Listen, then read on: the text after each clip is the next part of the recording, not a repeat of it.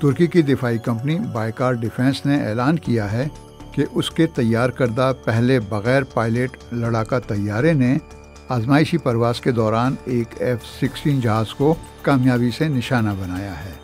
Company اسے ہوا بازی کی تاریخ میں ایک نئے دور کا آغاز قرار دے رہی ہے۔ ڈرون تو ترکی میں پہلے سے بن رہے ہیں، پھر اس نئے طیارے میں ایسا کیا ہے کہ اسے سنگ میل یعنی مائل سٹون کہا جائے؟ کیا دفاعی ماہرین بھی ایسا ہی سمجھتے ہیں یا ڈرون بنانے والے اپنے منہ میاں مٹھو بن رہے ہیں؟ آج کا BBC ریڈ اسلام آباد سے ہماری ساتھی منزہ انوار کی تحریر پر مبنی ہے۔ میں عمر آفریدی ہوں۔ آپ سن رہے ہیں BBC ریڈز۔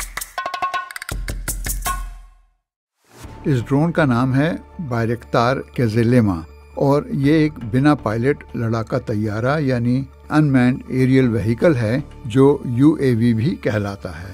بائیکار ڈیفنس کے مطابق یہ UAV حد نظر سے پرے یعنی بیونڈ ویژول رینج یا BVR اہداف کو تباہ کر سکتا ہے۔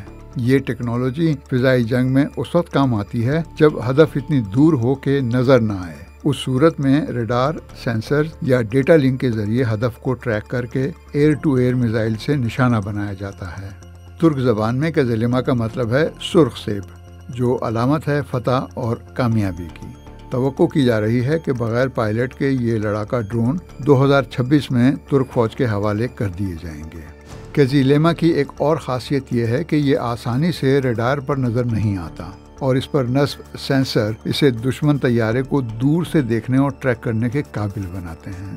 بائیکار ڈیفنس کے مطابق سنوب کے ساحل کے قریب ایک حالیہ ٹیسٹ میں حصہ لینے والے ترک فضائیہ کے 2 F-16 لڑاکا طیاروں میں سے ایک پر کیزیلیما نے جدید الیکٹرانک سکیننگ ریڈار مراد کی مدد سے 30 میل کی دوری پر نشانہ باندھا اور فضا سے فضا میں مار کرنے والا میزائل داغ دیا۔ ظاہر ہے کہ یہ سب کچھ مجازی یا غیر حقیقی یعنی ورچوئل ماحول میں کیا گیا۔ اس کامیاب تجربے سے یہ نتیجہ اخذ کیا گیا کہ اگر حقیقی جنگ کے دوران ایسی صورتحال پیدا ہو جائے تو ترکی کا یہ بے پائلٹ لڑاکا طیارہ دشمن کے F-16 کو فضا سے فضا میں براہ راست نشانہ بنا سکے گا۔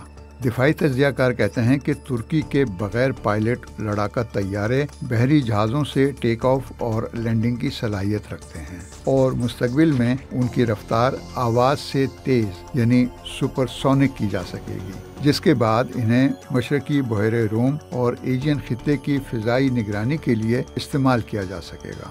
مگر کچھ تجزیہ کاروں کے مطابق چونکہ یہ کامیابی آزمائشی حالات میں حاصل کی گئی ہے، اس لیے حقیقی جنگ کے دوران نتیجہ مختلف بھی ہو سکتا ہے، اور یہ کہ اگرچہ یہ آپریشنل صلاحیت کے مظاہرے کی طرف پہلا قدم ہے، لیکن اصل صلاحیت تک پہنچنے میں ابھی وقت لگے گا۔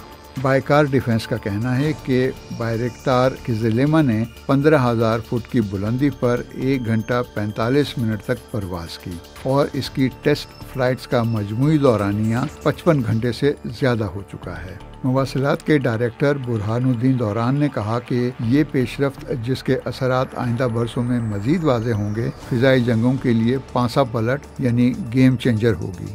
ٹیسٹ کے اہم مرحلوں کے دوران یہ مشاہدہ بھی کیا گیا کہ طیارے، ریڈار اور میزائل کے درمیان تال میل کتنا مؤثر ہے۔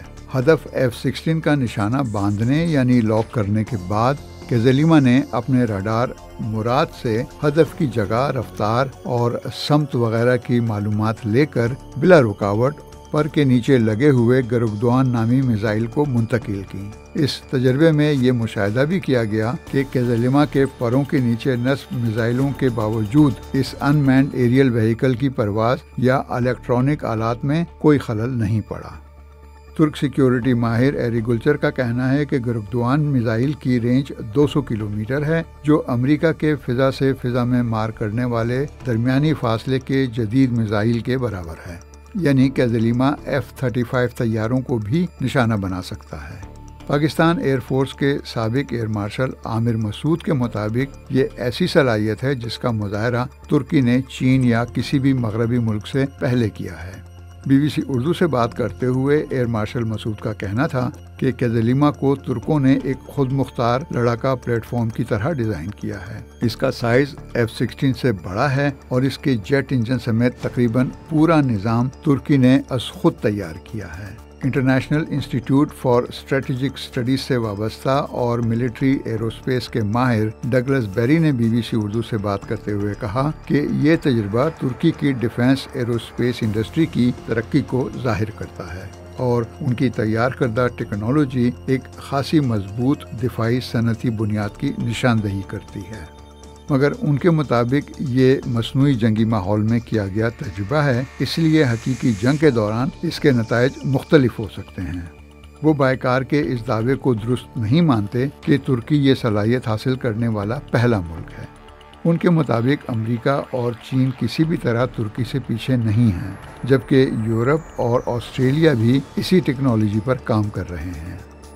ڈگلس کہتے ہیں کہ ہر ملک کی فضائیہ زیادہ سے زیادہ جنگی طیارے چاہتی ہے، مگر بجٹ اور تربیت یافتہ پائلٹوں کی تعداد ہمیشہ محدود ہوتی ہے، اس لیے بغیر پائلٹ سسٹم نہ صرف اس خلا کو پر کرتے ہیں بلکہ خطرہ مول لینے کی گنجائش بھی بڑھا دیتے ہیں۔ ڈگلس کا کہنا ہے کہ کوئی بھی ایک ٹیکنالوجی پانسا پلٹ یا گیم چینجر نہیں ہوتی۔ ہاں، اس قسم کے بغیر پائلٹ کے پلیٹ فارم اپنی افادیت ضرور ثابت کریں گے، مگر یہ پائلٹ والے جہازوں کا متبادل نہیں ہو سکتے۔ ایئر مارشل مسعود نے بتایا کہ ماضی میں ترک ایوییشن انڈسٹری پاکستان سے بھی پیچھے تھی، مگر گزشتہ 10 برس میں ترکی نے ڈرون ٹیکنالوجی میں حیران کن ترقی کی ہے۔ دنیا کی سب سے بڑی بغیر پائلٹ طیارہ بنانے والی کمپنی کے طور پر بائیکر نے پاکستان سمیت 37 ملکوں کے ساتھ معاہدے کیے ہیں۔ پاکستان کے ساتھ تو ٹرانسفر آف ٹیکنالوجی کا معاہدہ بھی ہے۔ BBC ریڈز BBC ریڈز کے ذریعے ہماری یہی کوشش ہے کہ BBC اردو کی ویب سائٹ کی وہ سٹوریز جن میں آڈینس کی دلچسپی زیادہ نظر آتی ہے انہیں اور بھی زیادہ لوگوں تک کیوں نہ پہنچایا جائے۔ تو ہم پڑھیں اور آپ سنیے، اور اپنے دوستوں اور ساتھیوں کو بھی سنائیے۔